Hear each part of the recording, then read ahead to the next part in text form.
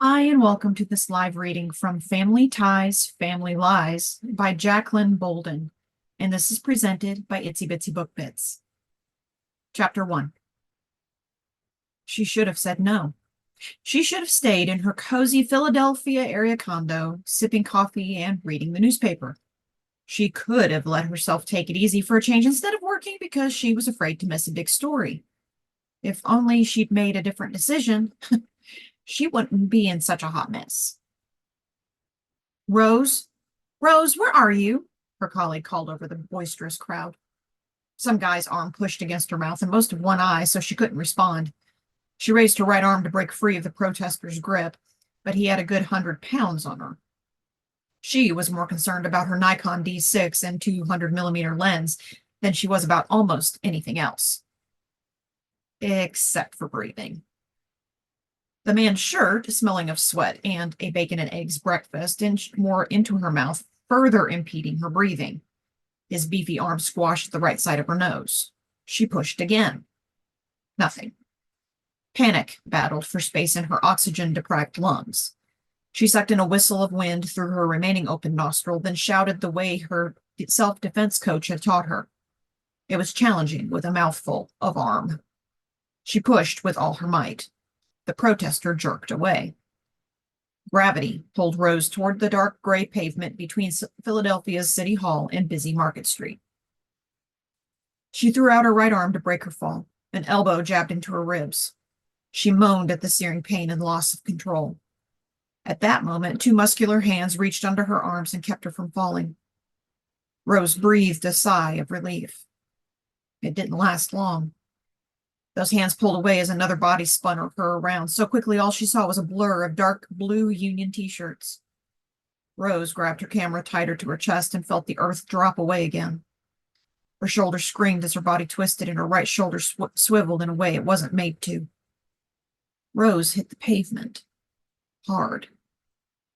A loud crack preceded the pain in her right arm as it took the brunt of her 135 pounds. Something shattered, a piece of hard plastic, likely part of the lens cap or the camera body itself, pierced Rose's side as she collapsed. Rose lay on the pavement, the front end of a dirty sneaker filling her vision. The last voice she heard as her eyes flickered closed was her colleague calling out again. "Oh my God! Rose!" Chapter 2. A beeping phone at 6 in the morning rarely brought good news. Ouch. Rose reached for her cell with her right arm, forgetting it was in a splint. It couldn't stretch that far. She wiggled into a sitting position and fumbled for the phone with her left hand. Just a little farther. Her fingertips felt the glassy surface. She must have hit the connect button. Aunt Tess called out her name. "Hang on, Aunt Tess. I'm getting up." Rose winced at the pain in her ribs as she pulled herself into a sitting position on the edge of the bed. Her eyes squeezed shut. She struggled to think. Then it hit her. There could be only one reason for her mother's younger sister to call.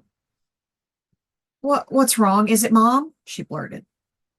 "We're at Saratoga Hospital. Your mom fell. How soon can you get here?" Rose looked at her useless arm. The raucous rally still gave her nightmares and flashbacks. She was on the mend, but slowly. "What happened?" She used her legs to lift herself out of bed and shuffled across the room to the closet. Using her foot, she slid the door open and saw her overnight bag back in the corner. "I drove over to pick her up for dinner last night and found her sprawled on the living room floor," Aunt Tess explained. She had an egg-sized bulge on her forehead and dried blood on her lower lip. She was unconscious. Rose stopped moving. "Does she have a concussion? Did she break any bones?" "I don't think she broke anything, but they don't know why she fell, whether she passed out." Aunt Tess's voice shook, sending Rose's pulse racing and her mind imagining the worst.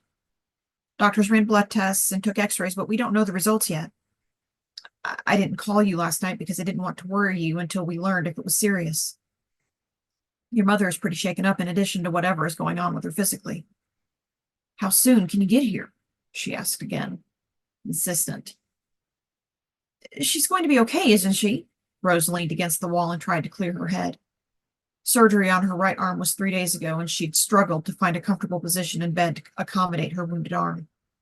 which was wrapped in a splint and gauze from her fingers to halfway between her elbow and shoulder. She hadn't had a solid night's sleep since the rally. Let's hope for the best, Aunt Tess said. Have you called Kirk? We spoke briefly. He was on his way out the door already. He's got a trial going on and is super busy. It's not like he'd drop everything to fly to Lake Amelia anyway, Rose said. Can't remember the last time he visited Mom. I promised to update him when we know more. Hopefully we'll have something new from the doctors by the time you get here. Don't drive too fast, but please hurry. I'll pack and get on the road as soon as I can. Rose disconnected the call and tucked her phone into a pocket. She dragged her suitcase out of the closet and put it on the bed. Then she thought about Jeremy. Should she let him know? He was a morning person like her and might be awake, but they didn't have any plans scheduled over the next several days, not even over the next couple of weeks. They were going through another cool period in their relationship. Nothing had happened, and that was part of the problem. They simply weren't connecting. Again. Jeremy was reasonably handsome, nice, sometimes to a fault, and easygoing. Rose liked him well enough, but there weren't any sparks. Didn't everyone want sparks? Jeremy had called her after the accident, stopped by the afternoon she was released from the hospital. He brought takeout from their favorite restaurant and a bottle of wine. She hadn't heard from him since. Contacting him wasn't urgent. She'd text him after she learned what was going on with her mom and knew how long she'd be away. It took a few tugs to slide the zipper around three sides of her suitcase. Using her left hand was awkward and often ineffective. She'd do her best to pack quickly. It wouldn't be easy. She stepped across the hall and into the bathroom. It looked like I went 6 rounds with Layla Ali, Rose said to her reflection in the mirror. Make that 1 round. I never would have lasted 6. Her hazel eyes were red and puffy, her pale white skin dotted with purple bruises on her face, legs, and places she couldn't see but hurt to touch. She stopped staring at her face, picked up the brush, and tried to run it through her hair. On the 3rd attempt, the brush became tangled. She pulled it free and dropped it on the counter. It doesn't matter how I look, she told her reflection. I've got to find out what's going on with Mom. Oops, she had another problem. She hadn't told her mother or Aunt Tess that she'd spent a night in the hospital after doctors repaired her broken arm. She'd been meaning to call but didn't want her mother to worry because, of course, she would. No doubt her mom and Aunt Tess would chastise her for not calling right after it happened. Rose's career was on hold. Her best camera and lens were cracked and dented, damaged beyond repair. Years of paying dues to professional organizations for insurance on her equipment and her health proved their worth. She had other gear, but she couldn't hold the camera steady with one hand, and she didn't know of any company that made a camera you could shoot with your left hand. Even if she could take her photos with her backup camera, her bruised ribs wouldn't let her carry her gear bag plus the tripod farther than 10 feet. She grabbed clean underwear from the top dresser drawer and tossed them into her suitcase. 2 drawers down, she located jeans, t-shirts, and a couple of pairs of shorts. Back in the closet, she removed 3 cotton tops from their hangers. A small bag filled with travel-sized cosmetics was on the closet floor, the last item to go into her suitcase before she zipped it up. Rose had coffee and breakfast while checking the weather on her phone. Radar showed a blanket of clouds over the east coast, but forecasters didn't predict rain. The trip to Lake Amelia took about 4.5 hours, unless traffic through North Jersey and on the New York State Thruway slowed to a crawl. Out of habit, she picked up a notepad from the coffee table and slid it into the thin compartment on the front of her suitcase. She dragged the bag to her SUV, stifled a groan as she lifted it, and slid it into the back. Also, out of habit, she packed her knapsack with her backup camera gear and set that on the floor of the front passenger side. She paused before climbing in. Was she forgetting anything? Rose struggled to think about what she needed. Her mind kept flashing the images of her mother in a hospital bed, head wrapped in bandages. Stop thinking. Start driving. Rose stepped on the gas before remembering she only had one functioning arm. Not only that, during her post-op visit to the surgeon yesterday, he told her not to drive for at least a week. Well, she had no other option. Still, she eased up on the gas.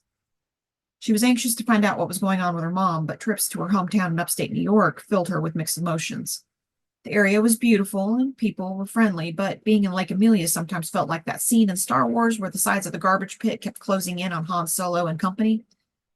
When Rose graduated from high school, she was so intent on exploring other places, she'd practically run out of town wearing her graduation gown. Small towns charmed outsiders with their red geranium planters on Main Street and flag-waving 4th of July parades. Eyes misted as the high school band blasted out "You're a Grand Old Flag," with decorated veterans and civic boosters marching behind. But outsiders didn't know that the people gathered around Lake Amelia's creamery, snacking on ice cream cones and hot fudge sundaes, were also there to chat with neighbors. About neighbors. Sometimes people forgot that behind the small town quaintness, people were living in a fishbowl where secrets were shared in quiet voices more often than they were kept.